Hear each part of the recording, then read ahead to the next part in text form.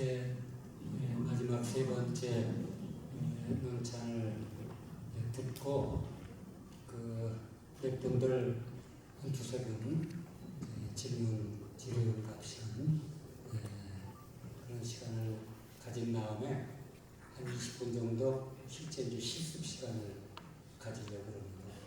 그러니까 일단은 지금 그동안 뭐 준비해 주실 거 있으면 준비해 주시고 이제 세 번째 이제 마지막 논찬자가 아까도 소개드렸지만 그 CCC 이제 전임 간사이기도 하고 우리 또 본부장이신데 그 다음 세대 그야말로 이제 주니어 이 세대가 어떻게 보면 뭐 지금 그 AI 이런 거 활용도 그렇고 오히려 시험 젊은 세대들인 것 같은데 우리 이 목사님이 직접 이제 젊은 주니어 세대하고 같이 이제 하면서 여러 가지 또 활용하고 그래서 오늘 이 포럼 주제에 대해서 논찬 해주시고 그 다음에 이제 두세 번 질의응답하는 거 그렇게 하겠습니다. 네, 소개받은 이정수 한지성 청년본부장입니다. 여경서 목사 교수님의 발표에서 논찬자가 가장 공감한 부분은요, 직장 선교 현실을 매우 정직하게 직면하고 있다는 점입니다. 특히 2030 세대가 기존 직장 선교 구조 안에서 점점 사라지고 있다는 진단은요, 선교단체와 교회, 청년부 현장에서 매일 경험하는 현실과 정확히 맞닿아 있습니다.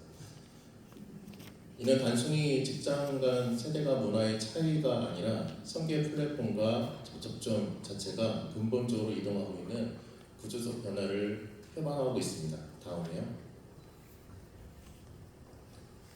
오늘의 청년들은 더 이상 오프라인 모임만으로 연결되지 않습니다. 그들은 소품을 통해 정보를 얻고 유튜브 알고리즘 안에서 가치관을 형성하며 인스타그램, 릴스와 AI 추천 콘텐츠를 통해 세계를 이해하고 공감의 방향을 결정하고 있습니다.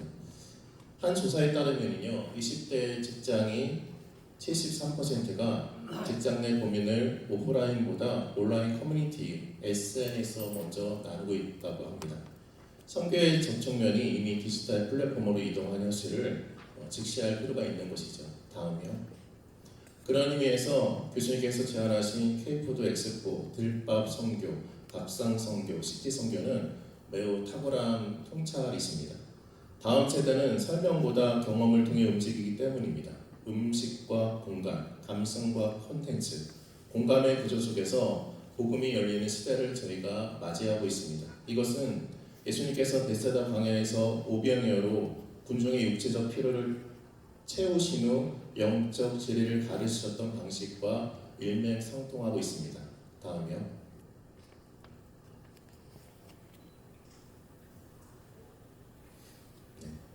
논찬자는 여기서 한 가지를 더 제안하고자 합니다.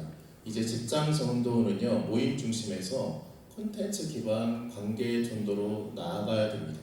구체적으로 직장의 신뢰가 단순히 점심 성경 공부, 예배 중심만 하는 구조를 넘어서 AI를 활용해 월요일 아침 출근길을 위한 30초 묵상 영상, 수요일 직장인 고민 상담 카드, 금요일 한 주를 마무리하는 위로 메시지를 정기적으로 생산하고 배포하는 플랫폼 공동체로 변화할 필요가 있습니다. 다음이요. 이처럼 요일별 상황별로 설계된 콘텐츠 사이클은요, 신뢰 구성원뿐만 아니라 아직 신앙이 없는 동료 직장인에게도 자연스러운 접촉점을 마련해 줄 수 있습니다. 실제로 오늘 청년 직장인들은요, 교회 간 것보다 유튜브 소치 하나에 더 오래 머무르고 긴 설계보다 짧은 공감 콘텐츠에 먼저 반응합니다. AI 시대의 중요한 특징은요, 한 사람이 의도한 하나님의 메시지가 다양한 형태의 콘텐츠로 동시에 전개될 수 있다는 것입니다. 다음이요. 세상의 분주함 속에서 우리는 일태와 삶에 주어진 각자의 부르님을 깊이 고민하기 시작했습니다. 가치관이 충돌하는 현실의 벽 앞에서 무엇이 참된 진리인지 치열하게 토론했습니다. 사역의 무게로 좌절할 때마다 앞서 길을 걸어간 믿음의 선배가 전해주는 지혜는 큰 위로가 되었습니다. 하나님의 온전한 뜻을 분별하기 위해 밤낮으로 말씀을 연구하며 변하지 않는 진리를 파고들었습니다. 무너진 성벽을 재건하는 심정으로 내게 맡겨진 일덤과 공동체의 기초를 다시 세울 방안을 모색했습니다. 다가오는 영적 전통과 시대의 변화를 바라보며 세상을 향한 파수꾼으로서의 사명을 새롭게 다졌습니다. 광야 같은 삶의 한가운데서도 동역자와 함께 생명의 말씀을 나누며 우리가 나아갈 구체적인 길을 들었습니다. 맛고 맛을 소금처럼 일상 속에서 그리스도인의 정체성을 온전히 지켜내기로 결단했습니다. 이제 익숙한 자리를 떠나 하나님이 예비하신 새로운 사격의 문을 향해 담대히 발걸음을 내드립니다. 신실한 동역자와 함께 걷는 이 순례의 여정 속에서 우리의 참된 소명을 향한 걸음 계속될 것입니다. 제가 만든 이 직장인 한 사람의 영상의 모습처럼 AI를 통해 아침 묵상 이미지가 되고 30초 영상이 되고 배경음악이 되는 짧은 노래 콘텐츠가 되고 수많은 직장인을 위한 위로 콘텐츠를 만들어내는 시대가 되었습니다. 따라서 앞으로는 직장 정도는 누가 더 좋은 모임을 만드는가 보다는 누가 더 지속적이고 공감력 있는 콘텐츠를 생산하는가의 문제로 전환하고 있다는 것입니다. 다음이요. 논찬자는 이 지점에서 모세의 지팡이를 떠오릅니다. 모세의 손에 들린 지팡이는 단순한 막대기가 아니었죠. 하나님은 평범한 지팡이를 통해 출애굽의 도구로 사용하셨고 그것을 하나님의 능력과 구원의 역사를 드러내셨습니다. 그 지팡이는 바로 앞에서 기적의 도구가 되었고 홍해 앞에서 바다를 가르는 통로가 되었고 광야의 반석 앞에서 생수가 터져나오게 하는 방편이 되었음을 제가 다 볼 수가 있습니다. 네, 다음이요. 오늘날 동시에 매우 중요한 한 가지를 저희는 놓쳐서는 안 됩니다. AI는 결코 선교의 본질이 될 수 없다는 거죠. AI는 사람을 대신할 수는 있지만 존재를 대신할 수는 없습니다. 알고리즘은 감정을 분석할 수 있지만 함께 울어줄 수는 없죠. 챗봇은 정확한 답변을 제공할 수 있지만 십자가의 사랑으로 그 사람을 품어줄 수는 없습니다. 다음이요. 결국 직장 전도의 핵심은요, 기술이 아니라 하나님의 형상을 지닌 사람 그 자체라는 것입니다. 예수님께서도 오병이어의 기적에서 떡을 직접 궁중에서 나눠주지 않으시고 제자들의 손을 빌려서 나눠주셨습니다.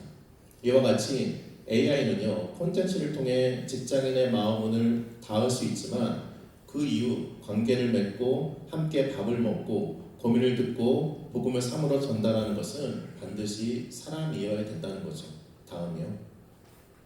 1981년 태동한 직장 선교가 2026년 54주년을 맞이한 이 시점에서 논찬자는 한직성과 선교단체, 교회와 직장 현장이 함께 손을 잡고 새로운 50년 함께 나아가기를 기대 바라야 하지 않습니다. 여경철 교수님의 연구가 단순한 학문적 제안에 머물지 않으시고 한국 직장 선교의 새로운 방향을 여는 실제적 플랫폼으로 이해해지기를 바라지 않습니다. 다음이요. 그 플랫폼 위에서 다음 세대 직장 선교가 다시 살아나고 모든 직장에 직장 선교가 세워지고 모든 직장인이 그리스도교로 인도되는 귀한 역사가 일어나기를 간절히 소망합니다. 다음이요. 사역의 동역은 여전히 복음과 성령과 기도에 있으며 AI는 그 사명을 그 시대에 더 넓고 깊게 펼치는 통로임을 제가 기대했으면 합니다. 나는 생명의 떡이니 내게 오는 자는 결코 줄이지 아니할 터예요. 이 말씀이 저와 모든 분들의 출발점이며 종착점이 되시기를 바랍니다.